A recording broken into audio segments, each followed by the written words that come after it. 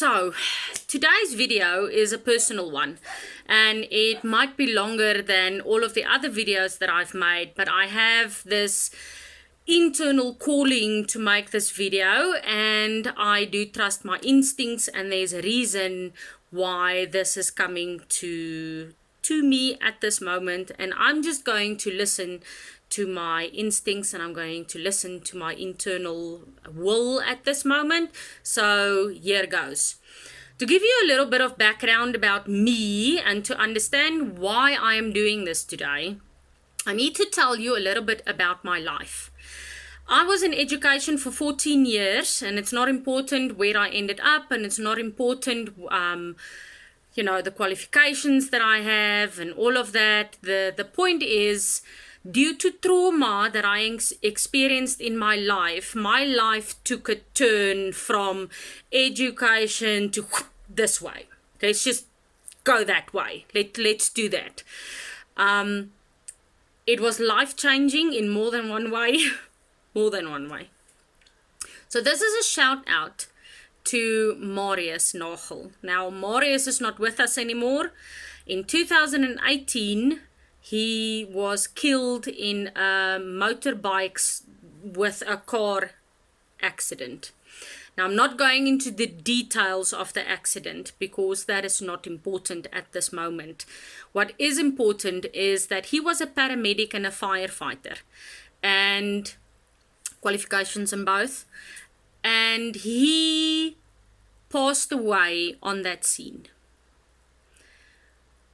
I went to the scene, and after that I had to tell my children that their father is dead. Now, a lot of my life, I think, led up to that moment, because Marius always said, when you need to give bad news to people, you don't sugarcoat it, you say it, and you are straightforward, and that gets the healing to start quicker than it's difficult to explain. So it's not that your dad passed on, it is that your dad is dead. In the same breath, Marius never spoke highly about himself.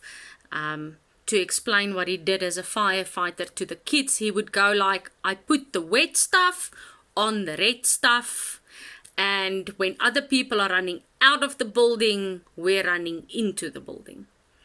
And it made me think today, and I don't know why today is doing this, but here we go. I want to say thank you to every single person that has to deal with the difficult side of humanity. I want to say thank you to the firefighters. I don't think we always understand what you have to deal with and what you see. I want to say thank you to the paramedics, to the CCAs, to the AAs, to the normal guy on the ambulance. The abbreviations might have changed. The qualifications might have changed. I've been out of the game for quite a few years.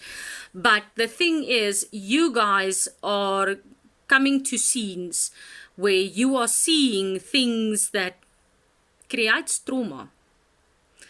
And we as the public don't always realize what you have to deal with. Never mind the police, our security companies, our, I don't know what's the nice word, military, the guys that, the army that goes in, the guys that are waging war because they are told to defend their country, because they are told that this is needed. We don't understand what you see. We don't understand what you go through. But out of the bottom of my heart, as somebody that just was in an accident scene where I had to see my husband broken and bloody and realize that my life will never be the same. Shout out to all of you that have to deal with that on a daily basis. And thank you for the sacrifice that you make. Knowing Marius for all those years, I can tell you that one of the coping mechanisms that these guys have is a dark sense of humor. And boy, oh boy, as a spouse of somebody that is a first responder, you develop appreciation for that dark sense of humor, which might explain my weirdness and me embracing it, which is fine. It's okay. Oh, I messed up my hair. I'm so sorry. There we go. I look almost human again. And now to the guys that don't want to go and seek help. I'm going to talk about this out of my own point of view. And like I said, this is a long video, so I don't expect everybody to watch it. But if this speaks to your soul, then give it a listen. As a spouse that experienced trauma at the accident scene, I had the opportunity to work through my trauma because I had an amazing support structure.